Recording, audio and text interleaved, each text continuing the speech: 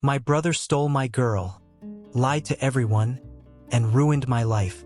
I exposed his lies, and now he's facing the consequences while I'm finally free. Hey there, welcome to today's story. What are you up to right now? Get comfortable and get ready to hear a story you won't want to miss. Today, we're diving into a tale where the main character is facing a situation that might hit close to home for some of you. Have you ever been through something similar? Or maybe you can relate to their struggle. Stick around till the end to see how the character overcomes it. And by the way, if you enjoy the story, I'd really appreciate it if you could help me reach 1,000 subscribers soon, so I can keep bringing you more amazing stories. Thank you so much.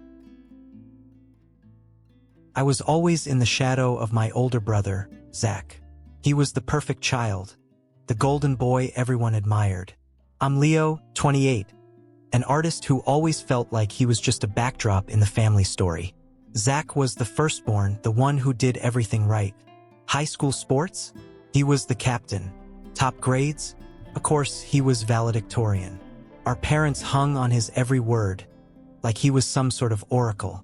Meanwhile, I was just the quiet, creative guy who loved sketching in my notebook, dreaming of a life that didn't seem to matter much to anyone around me. My parents didn't even have to try with Zach. They made sure he got into the best schools, took him on all those business networking trips, and gave him the kind of attention I could only dream of. I wasn't spoiled like he was. When I needed something, I worked for it, and even then, it felt like I was asking for too much. One of my most vivid memories was when I saved up for months to buy a camera, a simple digital model just to take some good photos for my art. Zach borrowed it once, then handed it back to me broken, as if it didn't matter.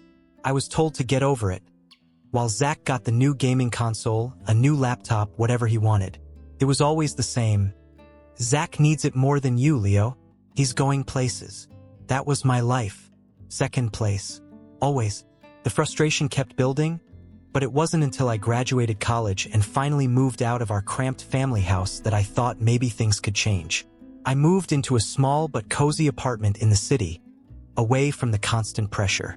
I got a decent job as a junior designer at a firm, still struggling with student debt, but I had my own space. The small victories of adulthood. That's when I met Emily. Emily was everything I'd never had before. She was independent, intelligent, and didn't get caught up in the materialistic world Zach thrived in. Where Zach craved perfection and validation, Emily sought authenticity and passion. It was like she had a different set of priorities, ones that resonated with me in a way nothing had before. I'd been used to hearing praise for my art, but it always felt hollow. People would compliment my paintings, sure, but it felt like they were just following the script. "Oh, that's nice," or "Such vibrant colors, it really stands out." But no one ever truly saw my work. They saw the surface, just another artist's piece to admire.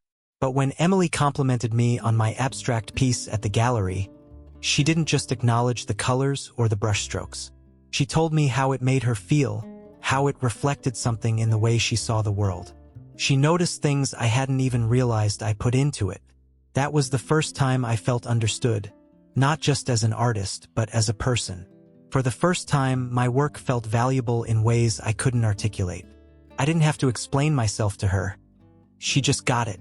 I didn't have to justify the quiet, lonely hours I spent on my art or the existential dread that often accompanied creating something so personal. With her, it was easy. It was like finally finding a place where my soul could breathe. We started talking first about art, then about everything else. It was so natural, as if our lives had somehow been preparing us to meet each other. Emily wasn't like anyone I had ever met. She didn't follow the rules or care about the right way to do things. She had this way of challenging me, not by telling me what to do, but by showing me a different perspective. I remember the first time she asked me to stop thinking about what my family or society expected of me and instead focus on what I truly wanted. She was the first person to ever say that. There was an effortless quality to our connection. It didn't feel forced, and it didn't feel like a relationship built on filling gaps in each other's lives. We were complete on our own. Together, we were something even greater.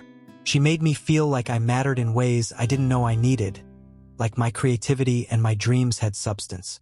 It wasn't just her encouragement that changed me. It was her belief in me. When she asked me to start freelancing, to leave behind the safety of a steady job and dive into the uncertainty of the art world, I hesitated. Of course, I hesitated. Freelancing was unpredictable, and I had bills to pay, student loans weighing me down. But Emily saw something I couldn't see in myself. She saw a version of me who wasn't just surviving but thriving. She wasn't afraid to dream big, and slowly, I started to let myself do the same. "Why play it safe if you can be great?" she said one evening, while we were sitting in our tiny living room, surrounded by half-empty boxes and a mess of unpacked furniture. That was Emily, always pulling me towards something bigger. When I told her I didn't think I was ready, she just smiled. "You don't ever feel ready. That's the whole point of it. You take the leap and then you learn to fly." It was her faith in me that started to change everything. I still remember that night. The city lights outside our window glistened like 1,000 little promises, and for the first time, I wasn't afraid. I wasn't afraid of failing, or of letting my family down, or of not being good enough. I was finally ready to take a risk, to do what I loved, to live the way I wanted to. Emily and I had our share of late-night talks about our future. In those moments, time seemed to stretch, and everything felt possible. I would tell her about my dreams, about how I wanted to one day hold a solo exhibition, how I wanted my art to speak to people the way it spoke to me. She'd always listen, always nod with that look of quiet understanding in her eyes. She never once told me I was being unrealistic or that I should lower my expectations. She only pushed me to keep going, to keep reaching for more. She believed in me not just as an artist, but as a person. That kind of belief is rare, and I never fully realized how much I needed it until Emily gave it to me. With her by my side, I started to believe in myself, to believe that my art mattered and that I was more than just the second-best kid or the guy stuck in Zach's shadow. A year into our relationship, we decided to take the next step and move in together. Our new apartment was far from luxurious. A modest one-bedroom in a quiet neighborhood, with beige walls and worn carpets. But to me, it was perfect. It was ours. We decorated it ourselves, each piece of furniture chosen with care. Emily's bookshelves lined one wall, filled with stories and poetry that spoke to her in ways my art spoke to me. We hung some of my work on the walls, creating a space that felt like home. Not because of the furniture, but because of the life we were building together. Even when the apartment was bare and we were living on a tight budget, it felt like we had everything we needed. There was something grounding about sharing that space with her. Something about waking up in the morning next to her, making breakfast together, and then sitting on the couch in the evenings with nothing but our thoughts, our plans, and the sound of the city outside. As the months went by, I began to take Emily's advice seriously. I started taking on freelance work, reaching out to galleries, designers, and independent clients. It wasn't easy, but it felt right. Every project, no matter how small, felt like a step forward, a step closer to the future I had always dreamed of. The work didn't pay much at first, but it didn't matter. The validation from my clients, from the people who got what I was doing, made it all worthwhile.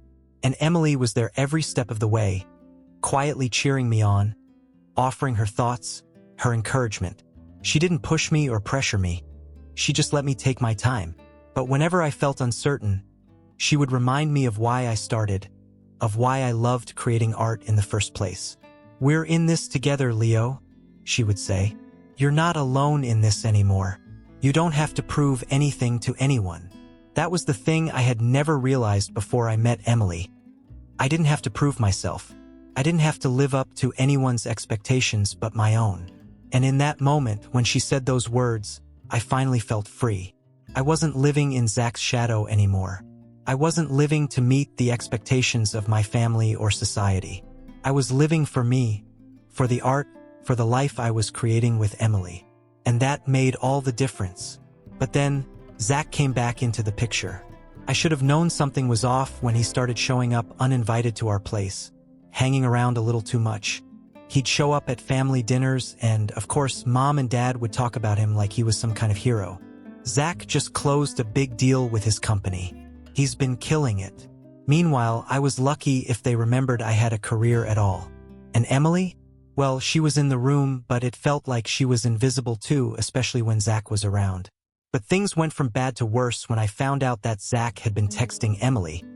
More than just, "Hey, how's it going?" They were spending time together when I wasn't around. I started feeling paranoid, but I didn't want to overthink it. I trusted Emily. I thought, "Hey, are you finding the story interesting so far? If you are, make sure to subscribe to the channel so we can continue the adventure together. The best part is just ahead." Then one afternoon, I came home early from work to surprise her. I was planning to cook dinner, maybe even set up a little romantic evening. But when I opened the door to our apartment, I froze. The sounds hit me first. Soft laughter, murmurs of familiar voices. At first, I thought it was just the TV or some music playing. But as I stepped further into the apartment, the sounds grew louder, and I froze in the doorway, my heart pounding in my chest. There, on the bed, my bed, was Emily and Zach. They weren't just talking, they weren't just hanging out. They were together in a way I never expected. Their bodies intertwined, the unmistakable closeness of intimacy hanging in the air. Emily was on her back, Zach above her, their hands tangled. The realization hit me like a punch to the gut. Couldn't move, couldn't speak. All I could hear was the blood rushing in my ears. The moment they saw me, everything came to a halt. The silence was deafening. Emily's eyes widened in horror, her breath caught in her throat. Zach just looked up, smirking, as if this was all part of the plan, as if this was his territory now. "Leo," Emily whispered, her voice trembling. I couldn't hear her anymore, couldn't listen. I turned on my heel, my chest tightening with each step. I didn't know where I was going. I just had to get out of there. The shock was overwhelming, and my mind couldn't process what I had just seen. But then Zach called after me, his voice dripping with superiority. "Hey, it's not that serious, man. She just needed someone who could handle things better than you." Those words, so casually thrown out, were the knife that twisted deep in my chest. The betrayal wasn't just physical. It wasn't just seeing them together. It was everything. It was the years of trust, the belief that Emily was different, that we were building something real. And now, here she was with Zach, my brother, the one who could always take what I cared about without even trying. Couldn't breathe. I stood there, in the doorway, feeling like the walls were closing in on me. Zach wasn't just with her. He was rubbing it in, showing me how little I mattered. My stomach turned as I turned back to face them, the weight of everything crashing down. "Don't just stand there like a fool, Leo," Zach said, his voice oozing with that familiar arrogance. "She's made her choice. Now you need to deal with it." And with that, my world fell apart.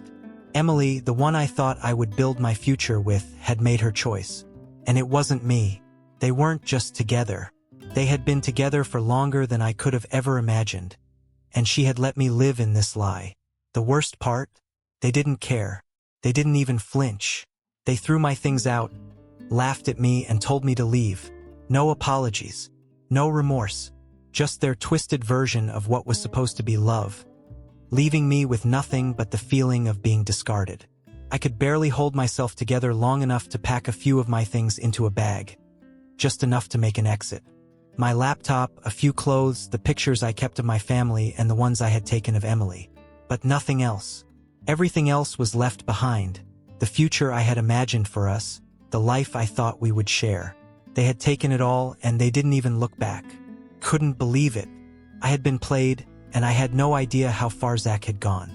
But I wasn't going to let this slide. I wasn't going to be the victim again. The sting of betrayal was still fresh, sharp in my chest, but it was the anger that hit hardest. I couldn't stay there, not with them still laughing like it was all some kind of joke. I should have screamed. I should have kicked the door open, demanded answers. But instead, I left quietly. I packed only what I could carry, my hands shaking as I grabbed a few essentials. A pair of jeans, a jacket, and my laptop. I didn't even take my art supplies. The things that really mattered, the things I had built my life around, were left behind in that apartment. I went to a friend's place to crash for the night. It was empty there. No one asked questions, no one judged. But as I lay there in the dark, staring at the ceiling, I realized it wasn't just about Emily anymore. The betrayal stung, but it was bigger than that. It had always been bigger than that. I started thinking about everything Zach had done to me my entire life. How he'd always stolen what was mine. How he'd manipulated everyone into thinking he was the perfect son. He was the golden child, the one who always had everything handed to him, while I was the one who had to fight for scraps. I had always lived in his shadow. And now, here he was, taking the one thing that mattered most to me. I couldn't let that slide. I couldn't let him win this time. This wasn't just about Emily. This was about everything. The more I thought about it, the more I realized this wasn't just some random act of betrayal. This was Zach's pattern. He had been doing this to me my whole life. It wasn't the first time he had stolen something from me. It wasn't even the second time. Every time he wanted something, he'd just take it. A toy from my childhood, my old PlayStation, the bike I saved for months to buy. Zach had taken them all without a second thought. And now he had taken Emily. He had taken my future. I wasn't going to let him get away with it. I needed to find out everything. This time, I wasn't just going to let him play the perfect son. I wasn't going to let him get away with this deception any longer. I started digging. Zach had always had a perfect image, but I knew there was more beneath the surface. There always was with him. I started looking into his background, digging through old files and checking financial records. He had always been the charming one, the one who knew how to talk people into things, how to manipulate situations to his advantage. I had seen him do it 1,000 times, whether it was convincing Dad to buy him a new car or getting out of trouble with Mom. He was a master at turning people's opinions of him to suit his needs. But now I wasn't just going to sit back and watch him manipulate me or anyone else anymore. I needed to know what he had really been up to. I found evidence that Zach was involved in shady financial dealings, things that went beyond business success. He wasn't just a successful businessman like everyone thought. He was using his charm to scam clients, including some of our family friends.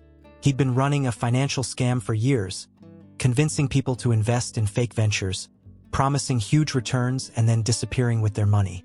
It was all so carefully done, so expertly hidden behind the facade of his success. Couldn't believe it. I felt like I had been living in the dark my entire life, and now the truth was pouring in like a flood. The more I uncovered, the more I realized that not only had he taken my girl, but he had also been taking advantage of people for years. I found email chains, old contracts, and suspicious transactions that proved Zach had been embezzling money from investors. He had even manipulated our parents, convincing them to put their retirement funds into his business ventures. All the while, he'd been living a life of luxury, vacations, expensive cars, designer suits, on the backs of people who trusted him. I was sick to my stomach. How had I not seen this? How had our family not seen this? Everyone had always praised Zach for his business sense, his charm, his perfect image, but that was the lie. The real Zach, the one behind the facade, was a manipulative, heartless con artist who had been using everyone around him. I wasn't going to let him get away with it. Couldn't. This was bigger than Emily. This was bigger than just my betrayal. Zach had been hurting people, and I was the only one who knew the truth. I spent the next few days compiling everything I had found. Emails, transaction histories, contracts, and even photos that proved Zach was involved in shady business dealings. It was clear now he hadn't just stolen my girl. He had been stealing from everyone. He'd built his life on lies and deception, and now it was time for him to pay for it. But it wasn't going to be enough to just confront him. Zach always found a way to worm out of things, to charm his way out of any situation. I had to make sure he didn't have a way out this time. I reached out to a few trusted people, some of the investors who had been scammed by Zach, and shared the evidence with them. I knew it would be a long shot, but if I could get enough people to back me up, maybe, just maybe, I could finally bring him down. It wasn't about revenge, at least not at first. It was about exposing the truth. It was about making sure that Zach couldn't just keep taking from people, keep ruining lives, all while playing the part of the perfect son, the golden boy who could do no wrong. I wasn't the victim anymore. This time I was going to fight back. I didn't act right away. I was patient. I was calculated. I spent weeks gathering evidence, emails, financial records, even photos of Zach's fraudulent activities. It was time to turn the tables. The anger that had surged through me in the moment of discovery had cooled into a cold, methodical determination. I wasn't going to just explode in a fit of rage. I had done that before, and it had only left me with regrets. This time, I was going to do it differently. This time, I was going to make sure Zach couldn't slip away as he always had. I spent countless nights in front of my laptop, piecing together the evidence like a puzzle. Every email I dug through, every file I uncovered, brought me closer to the realization that Zach wasn't just some charming businessman. He was a master manipulator who had been taking advantage of everyone around him for years. He had convinced our parents, our family, friends, even me, that he was this perfect son, this golden boy who could do no wrong. But the deeper I went, the more I saw the true Zach, the one who had been lying to everyone. I wasn't just gathering evidence for the sake of it. I wasn't doing this because I wanted to make myself feel better. No, I had a plan that would expose Zach for who he really was. It wasn't going to be enough to confront him in some public way or yell at him until he apologized. I wanted to destroy him. I wanted to make sure that, just like he had ruined my life, I would ruin his. At first, it felt like I was working on autopilot, driven only by my need for revenge. But as the weeks went on, I realized it was something more. The work became a ritual. Every day, I would wake up early, sit down in front of the computer, and sift through the piles of documents, the endless records. The repetitive nature of it gave me a sense of control. It was like I was building something from the ground up, and every piece of evidence I uncovered was another brick in the wall I was constructing to tear down Zach's world. I didn't just want to confront him. I wanted to ruin his life the way he ruined mine. It wasn't enough to expose him to our family or even to Emily. That wouldn't be enough. He would twist his way out of it, just like he had twisted his way into every other situation in his life. I had to go deeper. I had to hit him where it would hurt the most. I made copies of everything. Every email, every financial record, every incriminating photo, and I started to send them out. The authorities were the first. I made sure to send everything to the right places.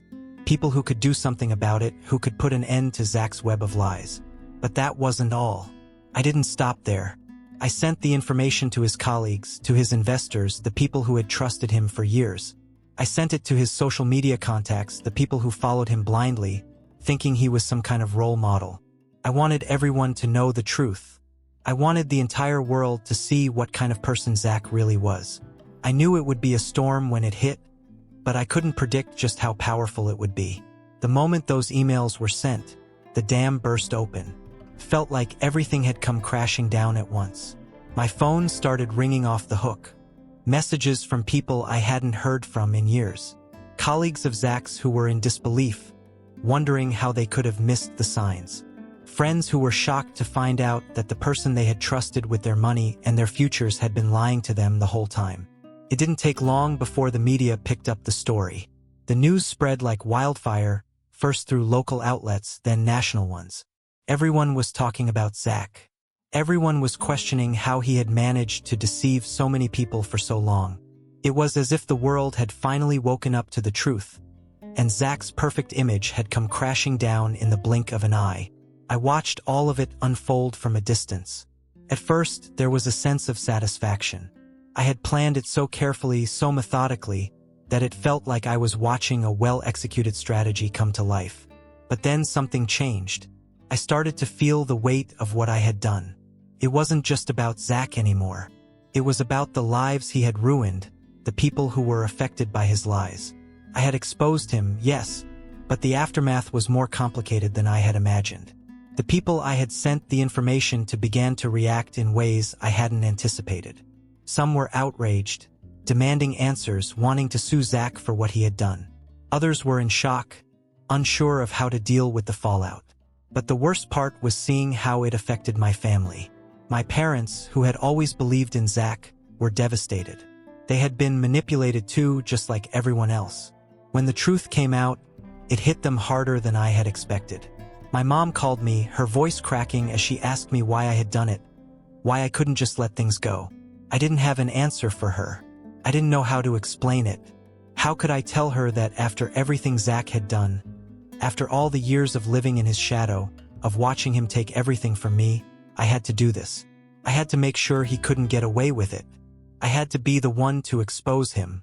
But even as the storm raged on, I knew that there was no turning back. The damage had been done.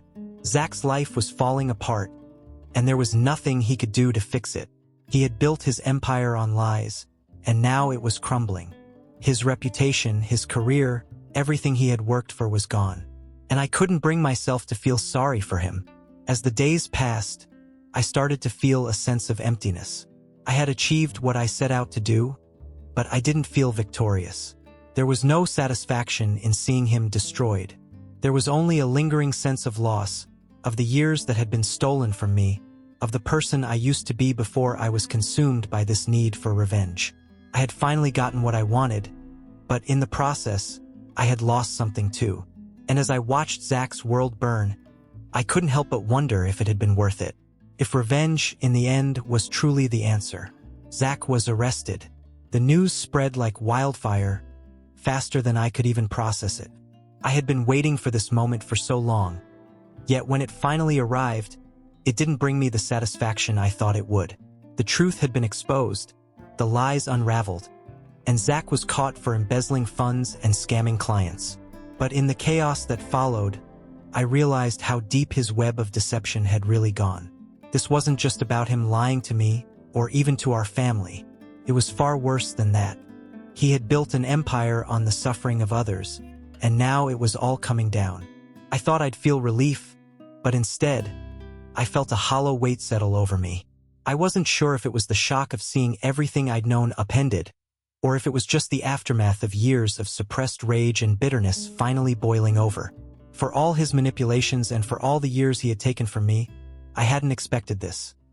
Not the media frenzy, not the police investigation, and certainly not the endless phone calls from people who had once worshipped him, now asking if I knew about his crimes. I was walking through a minefield of emotions. Anger, relief, guilt. Part of me wanted to be happy that he was finally facing the consequences, but the other part couldn't shake the deep sadness that this was the end of an era. An era where my identity had been so wrapped up in his shadow. When I walked through the door that night, my parents were waiting for me. I had expected a lot of things, but nothing could have prepared me for the devastation I saw on their faces. My mother, the woman who had always been so supportive of Zach, sat there, her hands shaking as she clutched the phone. My father, who had always been distant with me, was silent. His head hung low in shame. They were crushed, not just by the news of Zach's arrest, but by the realization that they had been duped for so long. They had trusted him, they had believed in him, and now everything they had built around him had fallen apart. I didn't know how to comfort them. I didn't know if I could. After all these years of being overlooked, I couldn't bring myself to pretend everything was fine. I stood there, my hands at my sides, watching them in their grief, and I realized something. It wasn't just Zach who had broken us. It was the years of enabling his lies, the years of watching him get away with everything while I sat in the corner, forgotten. But it wasn't just about Zach anymore. I was finally free. Free from his shadow, free from the constant comparison. I had spent my whole life trying to measure up to the golden boy, trying to live in his world of perfection. And now, for the first time, I realized that I didn't need to be like him. I wasn't Zach. I didn't have to follow in his footsteps or apologize for not being him. The weight that had been suffocating me was gone. I knew I had won, not just in taking him down, but in reclaiming my life. I had allowed myself to be defined by him for far too long, and now I was reclaiming my own identity. I was going to live for me, but the world wasn't done throwing curveballs at me yet. The next day, Emily showed up at my door. I didn't even need to look at her face to know what she wanted. There was a certain desperation in her voice when she said, "Leo, I need your help." She was pregnant. It was the last thing I had expected to hear. I stood there, frozen in place, my heart skipping a beat. She looked just as lost as I felt, her eyes searching mine for something, anything, to hold on to. She told me she didn't know what to do, that Zach was gone and everything she thought she had was crumbling. She said she needed me, needed my help. But the truth hit me like a ton of bricks. This was Emily, the same woman who had chosen Zach over me, who had let me believe in a future that didn't exist. She had abandoned me, and now she was standing there, asking for help because she was pregnant with his child. It was a cruel irony, but there was no bitterness left in me to hold on to. I had grown. I had learned. I wasn't that same naive guy anymore. I had moved on. I had spent so much time and energy trying to hold on to something that was never meant to be, trying to fix something that was broken from the start. I had invested my emotions, my trust, and my time into a relationship that had never really been mine to keep. And now, Emily wanted me to pick up the pieces of the life they had destroyed. But I wasn't going to let anyone walk all over me again. Not her, not anyone. Emily, I said, my voice firm, I can't help you. Not like this. She looked at me, stunned. I could see the hurt in her eyes, but there was also something else there. Regret. She knew she had made a mistake, but the truth was, I couldn't fix it. I had been there for her once, and she had chosen someone else. I had to stop living in the past, stop looking for validation from the people who had hurt me. I'm sorry, I added, but I'm not the person you need anymore. Her face fell, but she didn't argue. She simply turned and walked away, her steps heavy, the sound of her departure echoing in my heart. I felt a sense of closure I didn't expect. Emily was part of my past now, and I was no longer holding on to that version of my life. That night, I packed up my things. I knew it was time for a fresh start. I had to get out of this town, out of the environment that had been poisoned by years of competition, betrayal, and manipulation. I moved to a new city. The idea was terrifying at first, but it was also exhilarating. I didn't know anyone here, and that was exactly what I needed. I could build a new life, free from the expectations of my family, free from the ghosts of my past. I got a new job in a creative agency. It wasn't the dream job I'd always imagined, but it was a good start. It was something that allowed me to build a future, a career on my own terms. I started to make new friends, people who didn't know anything about my history with Zach or Emily. They only saw me for who I was now, not who I had been in the past. I started fresh. I was finally in control of my own life, and for the first time in years, I felt like I was living for myself. It wasn't perfect. There were days when I missed the comfort of the life I'd left behind, but they were few and far between. I didn't feel like I was second place anymore. I wasn't someone else's shadow. I was finally my own person, and that was all I needed. A life where I wasn't second place. A life that was mine. So, what do you think? I'd love to hear your thoughts, feelings, or any feedback you might have. Drop a comment below and let me know what stood out to you, or if you have any thoughts to share.